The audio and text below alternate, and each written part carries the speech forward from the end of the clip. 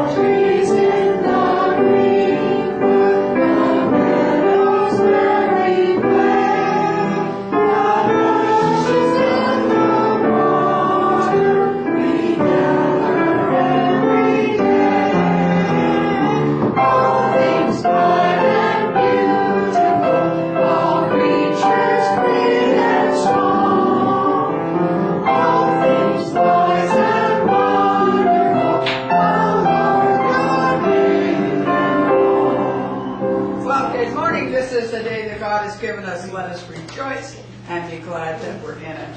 I'd like to thank all the online people who watch us each week. Thank you for coming out on a summer weekend. Everybody's going on holidays. Isn't that wonderful? And here we are in the chapel.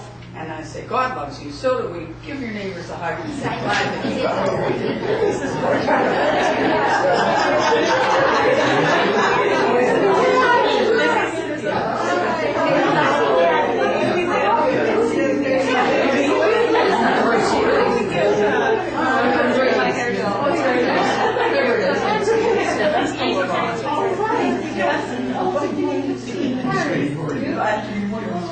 Nice to be here. Thank you. That's great. Join me for the opening prayer, please. Heavenly Father, we're so thankful that each Sunday morning that we can open up these doors, open up our heart, open up our minds, and receive that wonderful energy that comes from the source, full of love that comes through us, that we may take it to each person we meet through the week. Amen. Let everybody be seated. Lord, we have some really good things this morning, because for you that have not ever heard Doris speak, because we haven't had that treat very often either, but I'll tell you, you're in for a treat, because yes. So Doris has been around the chapel for a long time and does quietly do her little job. We used to have a really nice gentleman that was part of our congregation by the name of Winston, and I think he was in love with Doris. But anyway, she used to pick him up on Sunday mornings and bring him, and if we had special functions, she'd pick him up and bring him. And even when he went to the care home, we told him that if he wanted to come, that Doris would come and get him. And we kind of missed Winston when he left, but so there's a few of us that still remember Winston. Oh, yeah. Yes, beautiful man.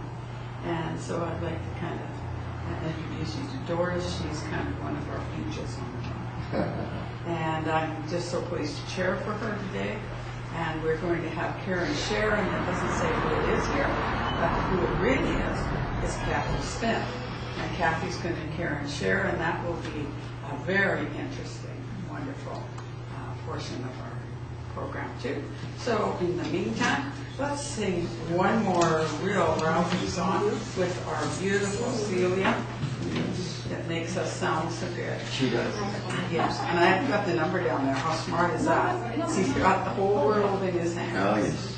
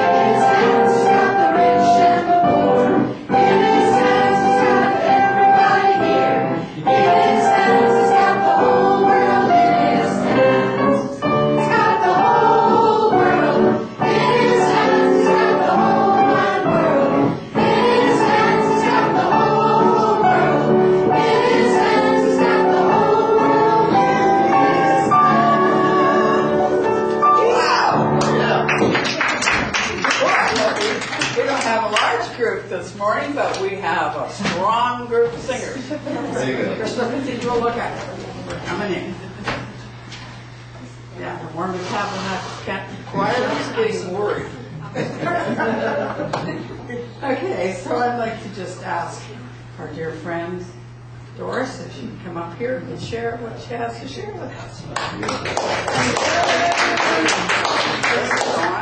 Just hold it there if you like. Good morning, everybody. Good morning. How are you doing today? I'm very, very happy to see your smiling faces. And I try to talk as loud as possible. And I have several versions in my head what I want to talk about because I've practiced several times already, so I don't know what will come out. I wanted to share with you my journey. I wanted to share about forgiveness. I wanted to share about appreciation and gratitude. And that ties in with my mother and it ties in with Lucas. So it was cute to read that Barbara says that I've been sort of quiet within the congregation. If you had known me probably a few years back, probably 8 years back, I used to be quite the party girl. So I have changed quite a bit. And I know sometimes people think that, okay, that person will always be in a certain way throughout their lives. But I don't believe in that. I believe we all go through certain stages in our lives for a reason. And I also am a very firm believer of that nothing is actually happening to us, it's happening for us. And I believe that's one of the reasons why I'm here. That's why I was drawn to this beautiful community. And I wanted to give you a background of why I came here. Because when I first joined about 4.5 years ago, I was sitting in the audience quietly, and I'm looking at the speakers and at Barbara. I'm thinking, oh, they know it all. They got all their act together. They have all that knowledge. They channel. They're so connected to their higher selves, to their angels. And I was just in awe. And I thought, oh my goodness, I got so much to learn. And now I want to go back to my childhood, because about 7 years ago there was an incident with Lucas that happened where I didn't know it at that time, he's extremely allergic to cats. But that one evening he was throwing up violently because he had yet another asthma attack. And I was just beside myself. I was yelling at him. I was in utter despair. I called him names, and I was not the mom that I wanted to be. And it was very heartbreaking to me, very shocking to treat my wonderful son that way. And it reminded me how I was at times treated by my mother. And it was very sobering at that moment, because I'm thinking, what kind of mother monster am I? Why am I acting this way? Why do I have this tape playing in my head? And it was like the mirror was in front of me, and I saw myself as my mother, who I never ever wanted to be. And it was so hard to understand that and realize that, and to be the best mother I can be. That's what I always wanted. You also have to understand at that time I was a single mom. I had gone through a divorce. My family is not around here, they're all in Germany, and the friends that I had, there was maybe one or two who understood what I was going through, but the rest did not have an idea what was going on through my head, the agony I was going through, because I had to be the provider, the caretaker. I had to go to work full time and look after many things, and there was many moments when I woke up on a Sunday morning and I thought, what's this day about? What's going to happen now? I don't feel like going up. I don't feel like entertaining my child. I just want to stay in bed.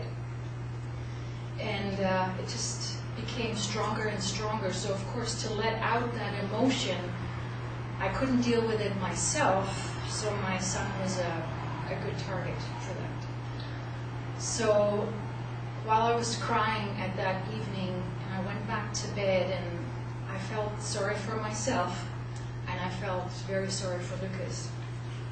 And I thought, something's got to change. I can't be that way. So, of course, when you put that intention out there, some things happen. And at the place of my work, I've always been interested in tarot, in sort of spirituality, so I've always been reading lots. So at the place where I work, or still work, I had a passenger come up to me and he asked what I was reading, and it was just some inspirational stories. And he said to me, he said, have you ever heard about the book The Secret? And I said, no. And of course, driven as I am, because I go full throttle at everything, I searched the internet, and there came the book The Secret. So I thought, that's cool. Of course, you also read comments about people, oh, this is a hoax, law of attraction, what you give out, you get back. Never mind. I went to the Chapters bookstore, and I found The Secret. I found another book about law of attraction, and I also found, or not found, it found me, the book called Law of Attraction by Abraham, The Teachings of Abraham. And Esther Hicks, she's the one who translates Abraham. And Abraham says, you are responsible for your life. Whatever you experience, that's what you brought out. And I'm thinking, that can't be. I'm looking for my knight in shining armor. I'm looking for somebody to put the blame on my situation. Is it really me who creates all this? And I thought, oh my goodness, I just can't fathom that. So that was one book I read, and I thought, oh my God, I really create my reality. Are my thoughts, my emotions really that powerful, so that whatever shows up in my life is what I have at first thought about? And it was a concept that finally sank in. And it didn't happen overnight. It is still that I have thoughts, and I thought, oh, wait a moment, just stop right here. What am I creating right now? And I know I have to do it consciously, where I have to really stop myself and start with appreciation and say, what's good right now? What's good in that moment? And I know nobody can do that for me. I have to do it. And And along the journey came the interest in energy healing. I was drawn to the modality of Reiki. I again looked online. I found a beautiful Reiki master in North Vancouver. And I thought, I'm curious what this is about. So I went to a healing, driving over there thinking, oh my God, what a waste of money, what a waste of time to just lie down for an hour and somebody puts their hands on me. I wonder what's going to happen. But the energy that I received through her was very gentle, was very kind. And after the healing, I asked her, I said, I would love to join and get Reiki attunements. And she said, yeah, not a problem. Reiki brought you here. But she said, remember, once you have your attunements, your life will change forever. And I thought, okay. And I heard some stories of how people going through a total change in their lives. And I thought, yeah, whatever may happen, I'm fine with it. So my first attunement happens, and I got severely ill. I woke up the next day, I had a severe headache, and I was hot and cold, and I couldn't even get up. Like, I had lower back pain, my legs wouldn't move. And I called Barbara, my Reiki master, and she said, sweetheart, everything's okay.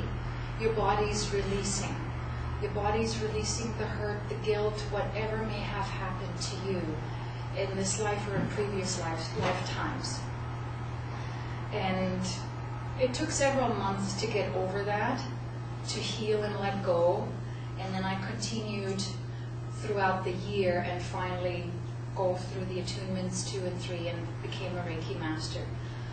I had to do that not to profit from it, not to use it as my line of work. I had to do it for myself. And I really, really enjoy the healing circle there and practice Reiki there, or give energy healing, or give distant healing. And it just fills me up, and it does. I've been to health and wellness shows, and it's wonderful to meet the people. You're with them for 15 minutes, and it's a really joyful experience. But as I said, I needed that for my growth. When I go back into my childhood, my mother was a very high achiever. She wanted the best for me. That's what she said. It didn't feel it was the best for me. She's an only child. She's a refugee of war. She was 6 years old when she had to leave what's now the Czech Republic. They had to leave everything behind. They were put on a train. She went with her mom, her aunts, and they were dropped off at a small town in Bavaria. And everything changed for her. So she really had to be good in school. She had to excel everywhere and build a good life for herself. Unfortunately, her dad passed away when he was in his early 50s, so that left her to be the caretaker of her mother. She married late, in her late 20s, which was late at that time, in the late 60s. She married my dad, and I don't know if they really knew each other. I don't know if they really communicated with each other. I don't know if they love each other. They're still together. Yet when I hear them talk, when I hear them fight, when I hear them talk at each other, it breaks my heart. It's really, really hurtful for me, because I wanted lovely parents. I wanted to be able to confide in my mother. I wanted to get praise. I wanted to get hugs. I wanted to get encouragement. It wasn't there, unfortunately, because she didn't know how. I remember a time in grade 3, I got a report card, and it was all A's, 1 B. And instead of saying, wow, you did an amazing job, she said, well, now you got to keep it up till the end of the school year. And I couldn't. And then again, I was compared to the neighbors. There was a lot of genius kids around me that didn't have to study at all, and it was so hard. Then my mom loved ballet. I had to do ballet. But back then I was a very chubby, short girl with big legs and see me dance around ballet. It wasn't fun. It wasn't, but she wanted me to do that. Same applies to piano. Even though I love music, I love rhythm, I had to do 30 minutes a day. I had to practice. And I just didn't want to. And I know if there's that force applied, when you really are being told you must do that, you rebel. And that's when I started to think, I gotta get away from this. I can't handle that. Well, when you're a child, you can't really get away from it. My excuse to get away was A, to eat, and B, to read. So Nutella, that was my knight in shining armor. Of course, I gained more weight. My mom wasn't pleased. She was in Weight Watchers all her life, so of course now we got the little fat girl there. Didn't work for her either. So all these years, very, very driven. You got to do this, you got to study that, you got to be this. And when you hear that all the time, at some point, you just let go, meaning you give up, or I gave up. I didn't want to do anything anymore. I had no drive. The only drive I had was to read. And there was a book that I came across, or that came to me, was about a flight attendant, about a girl that started out in the airlines. And I was in grade 6. I still to this day have that book at home at my parents' place. And that's when my passion for travel, for other countries, for languages, when it really started to grow. And I pictured myself living in the big city, traveling, living even in a foreign country. So thinking back at that now, I thought, oh, that was law of attraction. I projected myself into the future, seeing myself living in a different country, living in the big city, and guess what? That's what happened. So I moved to Munich. I worked for Lufthansa, the German airline, and I loved what I did. Yet the eagle eye of my mom was still there. She, or my parents, bought a place for me there so that I would stay put. And I'm thinking, how can I get out of that now? So I put an ad in a local paper that was able to be distributed in Canada and the US saying, I'm looking for pen pals. Well, my now ex-husband, Lucas's dad, replied to that email, or that, not email, that ad. And we started writing letters back and forth. We started full conversations. However, looking back, I don't think I was really true who I was. So, make a story short, I moved to Canada. Lucas was born. Was the relationship a happy one? Probably not. To the outside, it looked perfect. We had the house, we had the 2 cars, he had the good job, we had the beautiful child. Money was no issue. Was I happy? No. There was something that needed to come out. And again, even when Lucas was a baby, he wasn't the easiest one, especially in the first year, and I'm sorry to say that, you're a beautiful child. But my stress level, my depression really went sky high. Didn't help that my mom came over, tried to fix things. What happened to her, a couple of years later, she got breast cancer. So instead of helping me, she got sick. She worried a lot. So I felt really alone on my journey to move on and to understand what was truly happening here. So again, with books being my passion, I came across Louise Hay's book, Heal Your Life. And there's one exercise she puts in the book, and she says, you must forgive first. And I'm thinking, how can I forgive my mom? I'm not very fond of her. I have bad thoughts about her. I don't care being with her. I don't want to see her.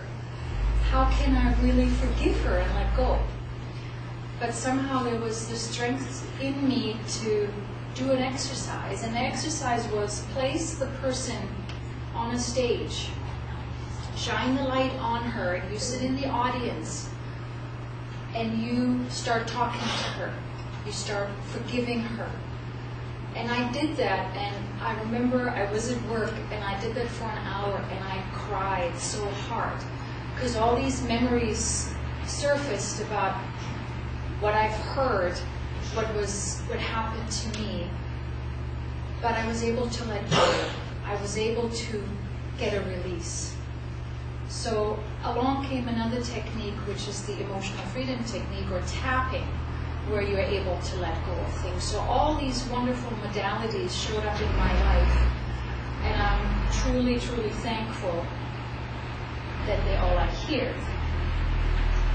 I've come across many teachers, many masters, but also come to the understanding that whatever they do in their lives may work for them. It may not necessarily work for me. It may be an incentive to look at that certain process, but it doesn't necessarily mean it is right for me. We are all unique here. We all, I believe and know, have planned our journey before we incarnated here. We have a soul group around us that before we come into this body, we discuss with them what it is that we want to experience, what lessons we want to learn. Do we want to learn about forgiveness, gratitude, love, relationships? And that is a wonderful book by Robert Schwartz. It's Your Soul, something with the soul. There's another one called The Gift of Your Soul, and it talks exactly about that. Same with Anita Moorjani, Dying to Be Me, where she goes through a near-death experience, understanding there's something bigger out there where we're all from, where we all originate. I call it Source, the divine, God, whatever it may be. We're always and forever connected to that.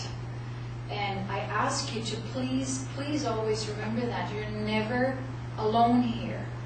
Your journey is exactly the way it should be. It's unfolding exactly the way it should be. It may not always go a straight line. There are twists and turns. They are here for you to realize and to understand what's really happening. And like in the Four Agreements, when Don Miguel Ruiz says, be impeccable with your word. And please don't take anything personal, because the reaction of others have nothing to do with you. And I want to give you an experience from last Friday. I'm still in the process of understanding everything. And it's funny how things show up. I received an email from my ex-husband that was forwarded to me. And somehow he did not read the email that he forwarded, because the person who wrote that email used to be a friend of mine. I don't socialize with her anymore. But the remark she made at the end about me was extremely hurtful, or it felt hurtful. Like for a few minutes, the tears welled up, and I thought, oh my gosh, there's nothing that I could remember that went off. Our relationship just it went apart because we had different paths. But after all these years, to make this remark, it was very hard for me to read. So what were my options? To reply back in the just same sarcastic tone, or to take a moment and stop and take a deep breath. And that was hard, I admit that, and say, wait a bit. What's really happening here? Is she really, really saying it to me? Am I to really take that personal? So I thought, that's actually quite funny. So and then, funny enough, my ex-husband, he then sent it back to me. He said, I'm so sorry. I forwarded you the email. I didn't read it before I forwarded it to you, but it had to come to me. So it was a lesson for him to be a little bit more thorough, but it was a lesson for all of us, how we respond to things, that we don't react. So my email back to him said, it's quite funny, interesting to read what kind of reputation I have, given the fact that I have not seen or talked to her in many years. I wonder why. So I guess it's gossip or something like that, but that's not my gossip. I know I was kind to her. I always have been kind to her, but whichever way she sees me now, that's completely up to her. And that's what I learned through Ta. That's a book that came from Celia originally through Winston, and it's similar to Abraham, where Ta says, please stop for a moment. Nothing's happening to you. It's for you. Take a moment and bless the situation. Really take a deep breath and bless it. It's just your thoughts that create that reaction. So disconnect from those thoughts now. Those thoughts are not you. You're a beloved child of the divine. So please take that moment and stop there. Because I got to fully understand that the entire universe is all within me. And what I would like to do with all of you now is a little technique which is called a forgiveness technique. And interestingly enough, this technique I found in a weight loss book, a spiritual weight loss book. So I'm like, okay, quite advanced. Yeah, it's very good. It's called the Gabriel Method. I just want to read a little bit about it, and then we can do that exercise. John says, life is challenging for everyone.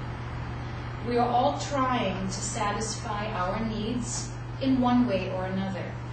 And we are all doing the best we can with the understanding that we have right now.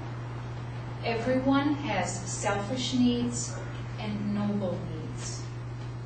Sometimes one person's understanding of how they can best satisfy their needs infringes on another person's needs, wants, desires, or rights. This is inevitable. We've all been hurt, and we've all hurt others.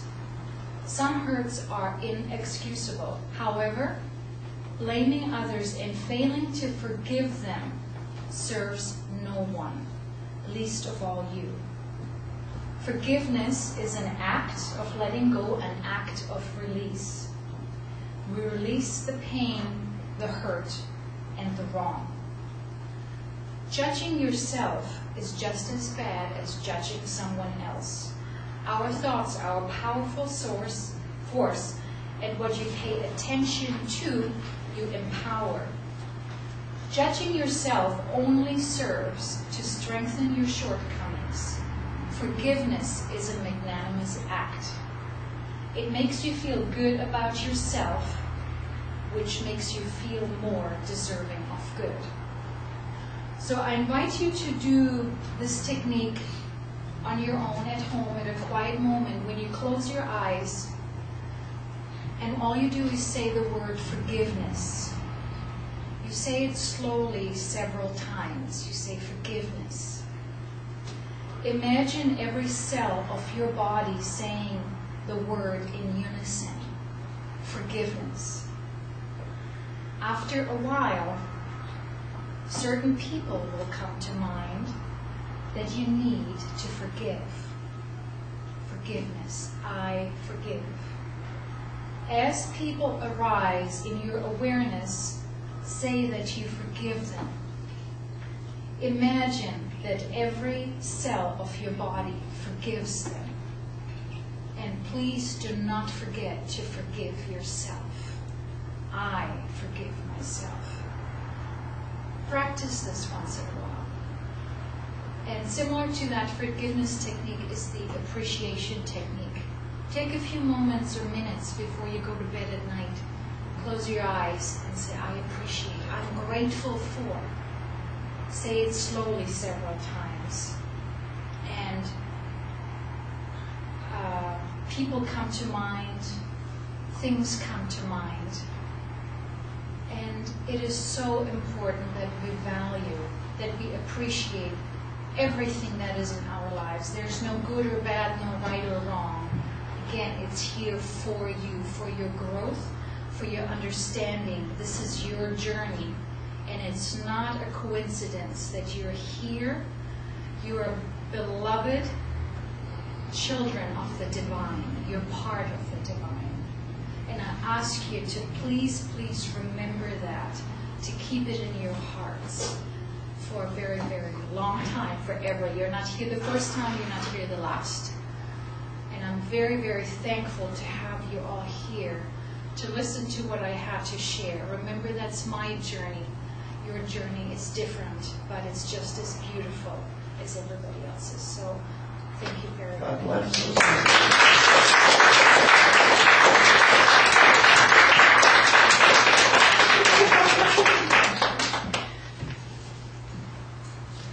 Wow, wasn't that wonderful? It was great. I told you. Really surprised.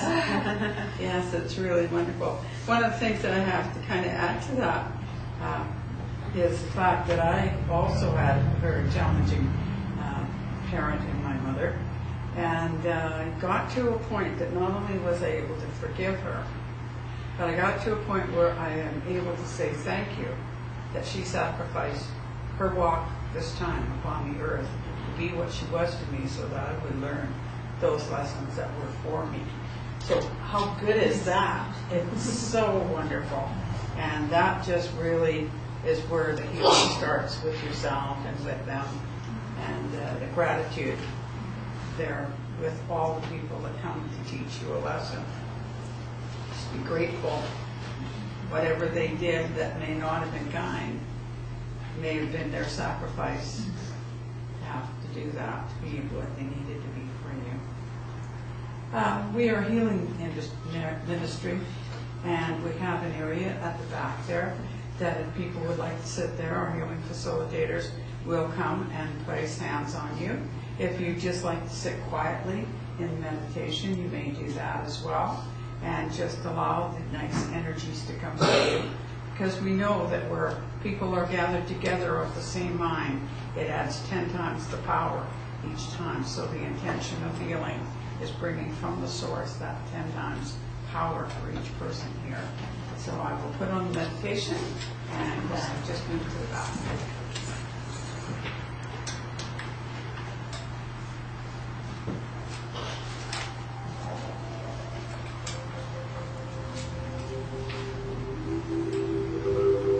Find a comfortable position and take your thoughts inward and upward to a little spot in the universe where God resides and healing begins. Allow the energy to move through the tips of your toes, moving upwards, swirling round and round the body. Allow it to come up through the top of the head and flow over the body like a gentle summer rain. As you breathe in again, feel the energy bringing alive all the cells in the body that work together with all of the organs. And allow those organs to be like a wonderful symphony concert orchestra that play their instruments independently, but they play with such harmony and such rhythm that they are working for the whole beauty of the piece they are playing. And as you breathe the energy in and revitalize all of the energies in the body, in the cells, in the organs, know that you are doing that to bring healing to the whole. And as the energy comes in again through the tips of the toes, allow it to expand into the mind.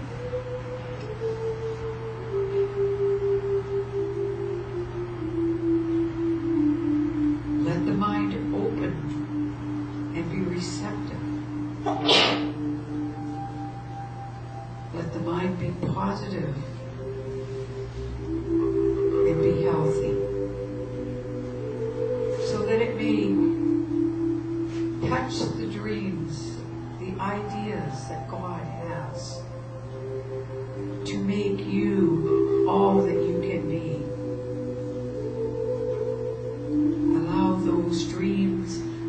thoughts, those energies to come through the mind to healthy growth, so that they will grow and produce the dream that God has for you.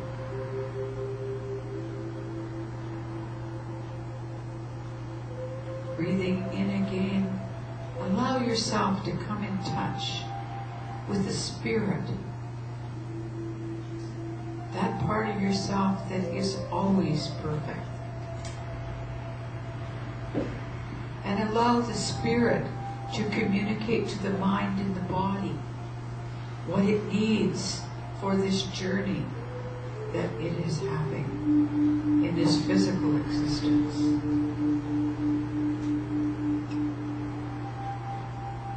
And as you have healed your own self, body, mind, and spirit, be like a pebble in a great pond of energy, and allow your energy to move forward and ripple outward, and let it touch each member in the room. And joining together, allowing the energy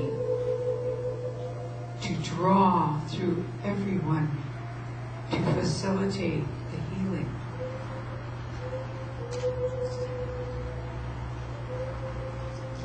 Taking a deep breath now, think about outside of this room, into the community of your family, the community around you, of your teachers and your leaders, and allow that energy to ripple out and touch all of them, so that they too may experience the wonderful healing, the wonderful peace.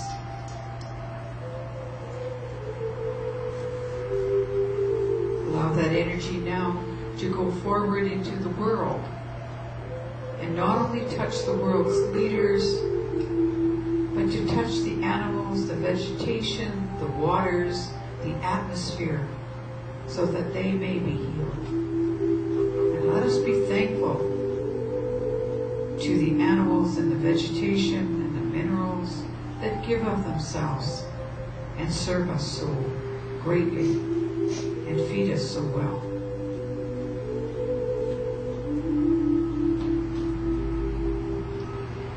Allow us now to reach out into the universe, into other parts of the universe that we are not familiar with, for many mansions in God's world that we are not aware of every room and every mansion.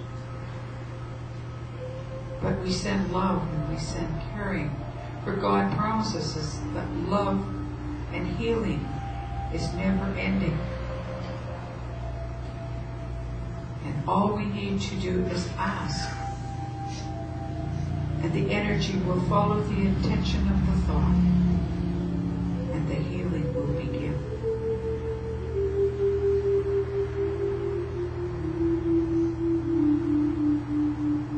Now, as we circle back to the seat of the soul, take a few moments just to sit quietly before you come back to your everyday workaday world, to enjoy the tranquility and the peace of the healing area of your garden, the inner garden of healing.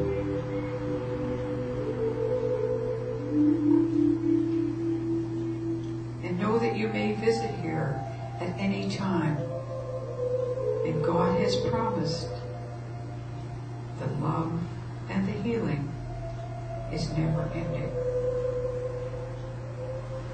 So open your hearts, your mind, and your hand.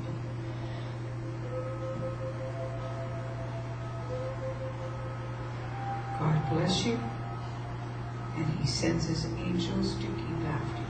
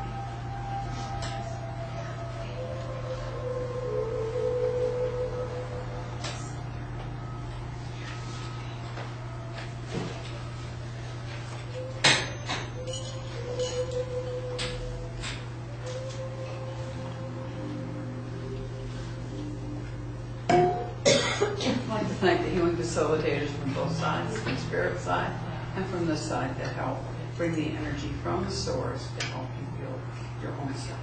Thank you for all the prayers for people outside of this chapel. We do have a healing bowl there for people that are absent, and you put the first name only. God knows who we're talking about. So just put their name in there, and each evening and each morning there are prayers sent all from all over the world that are connected from bowl to bowl, that are all over the world. It started with a chap in Arizona, can't even think of the name of the state. Anyway, in the States, and Arkansas, and he started with putting the bowls forward, and he contacted different people if they would have the bowls. And so as we pray on our bowls, they praying on their bowls, and so it goes to every connection.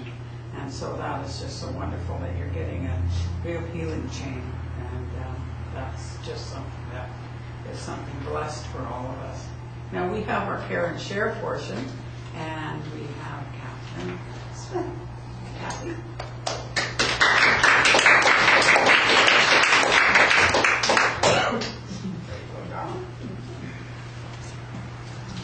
Good morning, everyone. Good morning. I actually would like to start with a really profound quote by Booker T. Washington. He was a slave back in the day, and I'm not sure with all the circumstances. It's a quote that Dr. Leonard shares in one of his audiobooks that I listen to on a regular basis. And it says, he said, "I shall allow no man to belittle my soul by making me hate him." And I thought about that. I said, wow, that's really profound. You know, because if you really understand how the nature of reality works, when you're hating someone, you're not hurting them. A lot of times, sometimes they don't even know that you hate them. And if they do, a lot of those people, they just don't even care. You know, it's like, well, whatever. But who it really bothers is you, and who it affects. I know with my situation with my growing up years, it was really pretty good all the way up until the age of 15, other than my older brothers and sisters picking on me a lot. But that just goes to the nature thing, that's unforgivable. But as I spoke about a long time ago, I had to go through a healing journey because of something my dad did to me between the ages of 15 and 18. And when I was in counseling for that, the lady says, "Well, aren't you angry with him?" I said, "No, I don't know. I just don't have anger at him. I don't like what he did, but you know." She says, "Well, you should be angry, you know." And actually, I did kind of have to get there to get past it in a way. Eventually, I did have to face being angry at him. I don't hate him.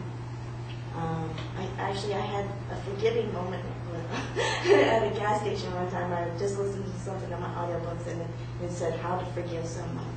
And so then I was at the gas station, and I was pumping my gas, and I'm going to think that thought, and I'm going to think of my dad. And as I did, this whole rush of goosebumps and you know, just sensation all through my whole body happened. And I really feel in that moment I reached a level of forgiveness from him. And I talk about it a lot still, about what he did. In fact, I was talking to a girl last night about it, and she says, "You know, you really got to let that go, because I can see it really still bothers me." I said, "Actually, it doesn't." I said, "I'm actually at a point in my life that I can talk about it without crying." I says, so that leads me to, like, you got to heal the wounds. Dr. Leonard also talks about like, if you have a cut on your hand, and if you kept on pushing it open and picking at it, eventually you could probably die from that one little cut by never letting it heal. Well, for 25 years, that wound was in me, and I just festered over it. And I festered how my brothers and sisters and my mom all reacted towards me. And instead of being mad at him, they all hated me for what he did to me, you know. But at the same time, I had to get to the point of being to forgive them. And then right now, I'm actually getting chills on my body, because I know I'm still through that process of forgiving them for how they treat me about how it happened. But for 25 years, I was always picking at that sore that my dad gave me, and I was dying inside. I looked at the train tracks behind my house several times. I thought about mixing Clorox and Windex or whatever the homemaker's poison that you could do, I don't think those thoughts anymore, because now I think about, I've let that wound heal up, and now it's just a scar in my life. But I'm not ready to let go of that scar. I think eventually scars can disappear and you completely forget about it and then they go away. But as I told the girl last night, I said, I think I'm here to speak about it, to continue to speak about it. Because if I can help other people that are in the cocoon of pain, as I was for 25 years, find a way out of that cocoon of pain, then maybe that's part of my journey. And I said, so I want to keep talking about it. I would love to get in high school somehow. I says, I'm not sure how I'm going to get there, but I know I'm going to get there some way where I'm going to make that transition where I can be helping people. Because even, because I was talking, I have lots of really good friends, and I was talking to a friend, and, her husband and her are retired, and she's going on vacation, and she's saying, my husband wants to do all this fun stuff, and it's just, but I can't have such a hard time doing all this fun stuff, He says, when there's so much awful things going on in the world. And I said, yeah, George, I said, yeah, I know there are, and there will continue to be. There's a lot of good, and there's a lot of bad. I says, but you're making the world a better place just being who you are. And I says, and you focusing on just all that pain is not going to help that. It's like those two wolves, There's a wolf in you of fear, and there's a wolf in you of love. Which one are you feed? So you got to feed the one of love and the one of happiness. Because if you're festering on all that wolf that is based on fear, then that's just to expand it, and it's not going to help all those people that are in pain. But if just by me making my life happier, I can help raise the level of happiness on this planet. And so that's what I'm trying. When I see something that bothers me, I send love that way. Like those 3 girls that came out of that abduction a couple months back. When I saw that, I was like, okay, now how do I apply what I've learned to this situation and not even hate the guy that did it? But really, he's the one that needs the love the most. They're going to need it too, because they've got those memories for the rest of their lives. But I'm getting goosebumps all over again, because it's just about also, like Patricia said, loving the murderer. I mean, one person said, how do you love a murderer? But that's the person that needs it. We don't know what led up to him, a person murdering or doing these different things. I don't want to understand it, because sometimes to get to understand it, you have to experience it, and I don't want to experience it. But I know that we're all capable of good, and we're all capable of bad, and we're all, so feed that world of love, feed the good, and do what you can to enjoy life as much as possible, each and every day.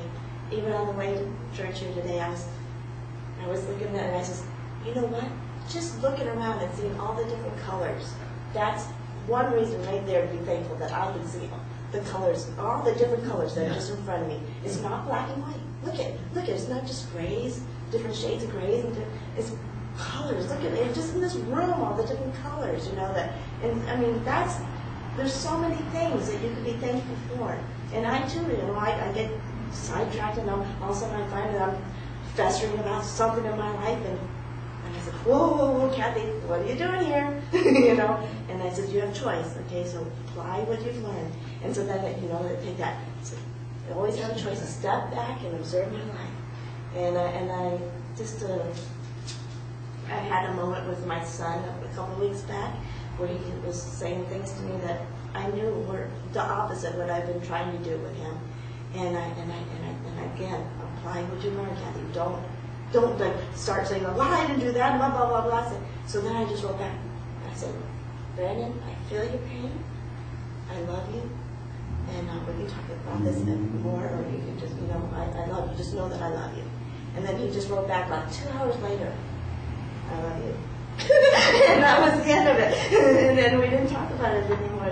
So it's one thing reading a lot of the books, but it's another thing to apply it. And so that's why every day I'm listening to my audiobooks on the way to work, on the way home. I've got affirmations galore in my, I've created a memo, a folder in my email box that's just full of affirmations. And when I need to get back on track, I'll open one of those, and I'll scroll, and which one do you want me to read? I popped on one, and one pops up, and that's when I read. I said, okay, that sounds good. So just thank you very much for coming here today, and thank you for taking the choice of being here, because nobody today here is forced to be here. There are, in some churches, some people are there by choice because their parents are making them, or whoever, they feel pressured by whatever. But everyone here, I believe, in this church made the choice to come here today. And, keep loving yourself, because that's a way of loving yourself. It's feeding your soul. So, take advantage.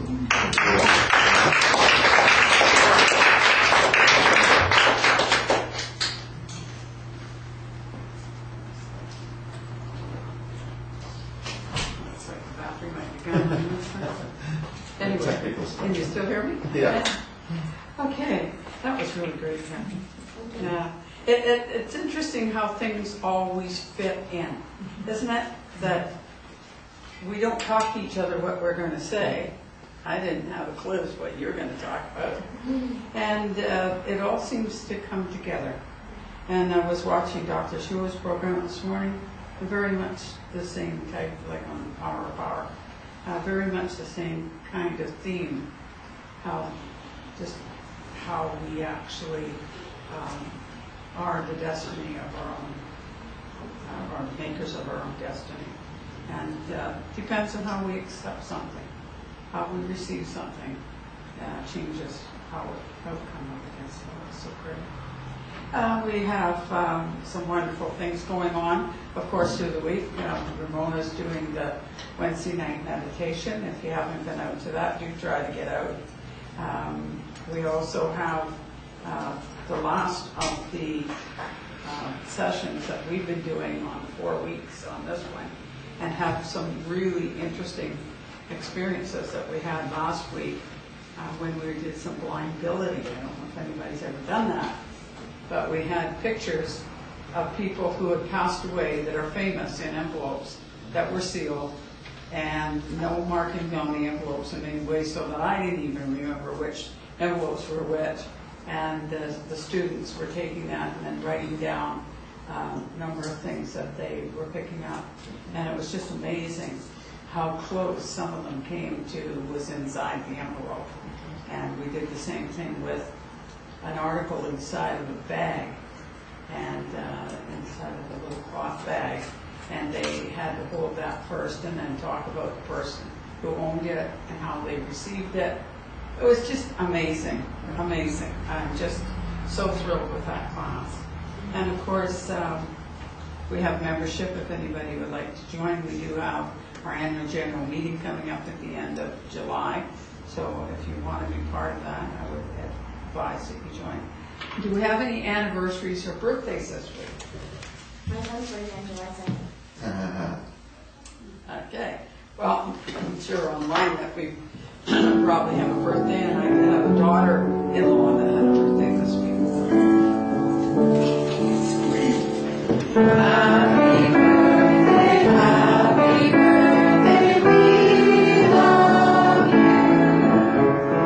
Happy birthday, and may all your dreams come true. When you blow the candles of life's season roll, it's the love light in your eyes wherever you go. Happy birthday, everybody. Way to go. And how about first time at chapel? Is anybody here for the first time? There you go. Welcome. We have cookies and coffee and tea and whatever you'd like, and great conversation. Great conversation after chapel. So do join us, and thank you for coming, and that's wonderful. We're also going to now wait upon your offering, if you would please, and we will sing number 21, Garden of Life.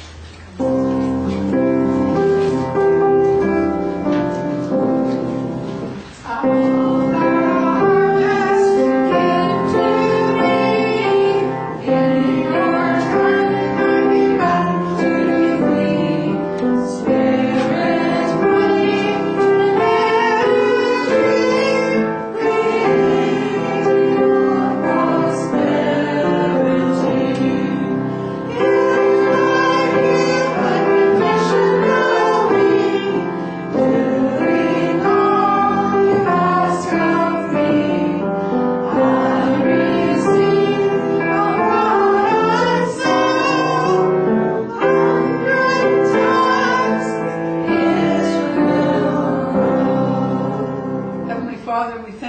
these gifts are freely given, and ask that we are guided to use them for the highest and the best of this chapel and the community at large. Amen. Amen.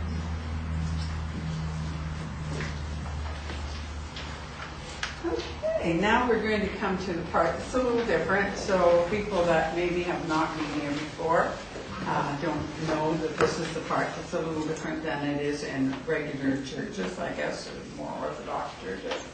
But this is the part where we try to link with friends and family in the spirit world and see if they would like to come through. And I work like a telephone operator, basically. and because you can't hear what's coming through, I just kind of translate what they're saying. And if you think I know so much about your life, I don't know anything. I'm working just as a channel, and it's coming from the source, whatever you want to call God. All the messages, whether it is when I give Celia a message from her son, and he comes through, he is coming through from the source to bring the information to Celia. Because in a lot of cases, when Spirit does give a message, they themselves would not know that of themselves. So they are coming from the source and working as messengers just as we are. So they're kind of the conduit coming through the other conduit. We're going to come out there. So if I come to you, just give me your voice, say good morning, Barb, or whatever. And if you don't want a message, then just say thank you very much, and I will move on to somebody else. Okay? Charlie, I'm going to come to you if you don't mind. I didn't know I was until all of a sudden I looked, and there I'm coming through.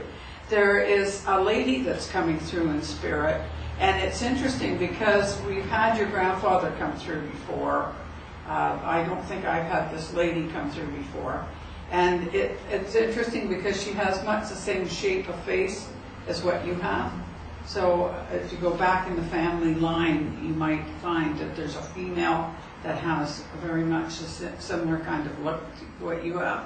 But what I'm seeing is her hair was kind of what we would call slate gray, and that she wore it pulled back tightly on the top here, but puffed up a little bit here. So I'm almost feeling like I'm looking at the very early 1900s or the late 1800s with this lady. And I would think she's probably on your grandfather's side, but I would go more for an aunt. Okay. Okay. And like a great aunt or whatever. And what I'm seeing with her is I'm seeing almost a pioneering spirit. And she's saying right now that this is what she is bringing into you as a pioneering spirit, because you're breaking a lot of new ground. Do you understand that? And I mean, I would definitely understand that because I know what you're doing. And so she's saying you're breaking a lot of new ground. And when you do that, you don't know what is going to come from what you're seeding at the moment. It's like Johnny Appleseed.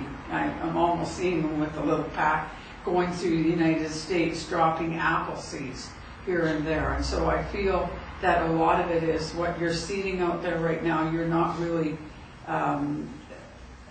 being made aware of just how important that is going to be, because at the moment it's like seed in the ground. It's got to turn to a seedling. It's got to grow into a tree before it even produces a fruit.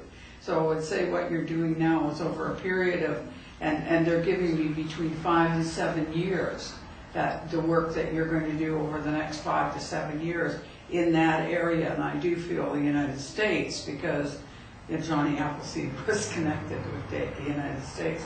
And I feel it's more states than what you've been in. Like you're going to be seeding a lot more information and carrying a lot of the teachings that you have learned to those people. So just keep up the good work. Good. God bless you. Did you want to try something? No? I'm going to have to hold her hand up here one of these days and just say, go for it, girl. Go for it. Just tell them what you feel. There you go. And Suzanne, I have a younger person that's coming through with you. Now, this is not a person that probably went past their teens. Okay. Yeah. And what I'm getting with this person is that they're bringing you right now a lot of their strength. They apparently had to go through a lot on the physical plane. And of course, when they pass into spirit, there is not that difficulty. As soon as they step into spirit, which a lot of people don't realize, they go back to pure spirit, and therefore none of these physical or earthly things are connected with them there except for what they learn. But this young person, and for some reason or other, I don't feel whether it's a male or female. I'm just feeling that this young person is bringing you a lot of courage, and just so that you are able to step up and step forward with the things that you have learned or that you have in your abilities and your talent, and allow yourself to be there and be out there doing the things that you know that you have desire in your heart to do, but you've been a little bit shy, kind of standing back. And so don't be shy about asking people that can help you, or letting them know that you're ready to go forward with doing some of the, using some of the talents that you have. Just let people know that you're ready to do that. And this person says, you know, I had to have courage. I had to have a lot of courage. And so I feel really good that that person's around you, particularly at this time.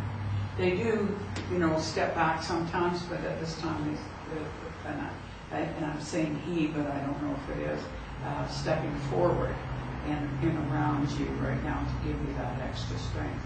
And just think occasionally about what kind of courage this young person had to have to go through the life that they went through. Okay? God bless. Okay, the lady in the striped shirt on the end. What's your name, hon? Jackie? Jackie. I'm coming, and I don't, a lot of times I don't even know why I'm coming in until I get to you. And there's a lot of feeling within myself as I step into that, where I feel as if my physical health isn't as strong as what I would like it to be. Do you understand that? Mm-hmm. And I feel that a lot of that is tension.